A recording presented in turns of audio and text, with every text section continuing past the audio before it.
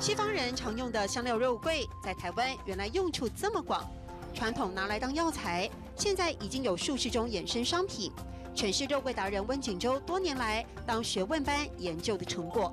苏小姐，我带你去寻肉桂林，要爬山哦，要记得戴帽的哦。哦，真的吗？所以看你的肉桂林还要爬山，哎，我去爬山呢，我要去爬山，出门我要记得戴帽哎。为什么？去了你就知道了。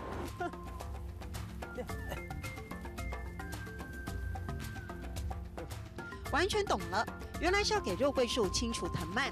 穿梭在陡峭的山坡，整座山头5万棵肉桂树，是温景洲事业第2春。多年前海外投资失利，透过父亲的肉桂林，他要东山再起。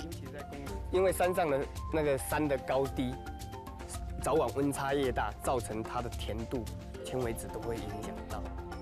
听温景洲谈肉桂，从品种到方法都有一套学问，但是在经济产值之外，他更在意的却是人与树的关系。人与土地的关系，人家说会败家子的人，我1个礼拜、1个月，我就可以全面给它砍掉。可是你采叶子可以永续经营，又可以水土保持，又可以做生态的浇血。坚持只采收枝叶，不伤树的根本，更完全拒用农药。无毒农业的认证是官方给他的肯定。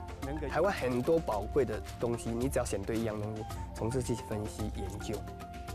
那时候我就立定要做牙膏、做洗发乳、做糖果、做什么，都那时候都出来。坚持专注的用心，温景洲完成了阶段性的梦想。